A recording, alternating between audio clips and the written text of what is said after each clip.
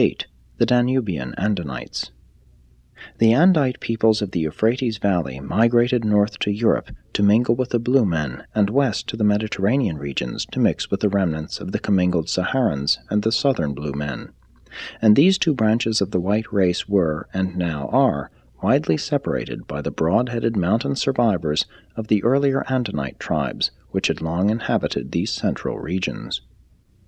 These descendants of Andon were dispersed through most of the mountainous regions of Central and Southeastern Europe. They were often reinforced by arrivals from Asia Minor, which region they occupied in considerable strength. The ancient Hittites stemmed directly from the Andonite stock. Their pale skins and broad heads were typical of that race.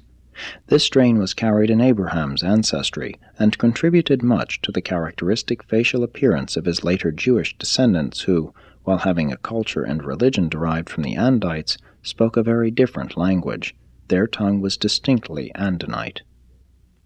The tribes that dwelt in houses erected on piles or log piers over the lakes of Italy, Switzerland, and southern Europe were the expanding fringes of the African, Aegean, and more especially the Danubian migrations. The Danubians were Andonites, farmers and herders who had entered Europe through the Balkan Peninsula, and were moving slowly northward by way of the Danube Valley. They made pottery and tilled the land, preferring to live in the valleys. The most northerly settlement of the Danubians was at Liège in Belgium. These tribes deteriorated rapidly as they moved away from the center and source of their culture. The best pottery is the product of the earlier settlements. The Danubians became mother worshippers as the result of the work of the missionaries from Crete.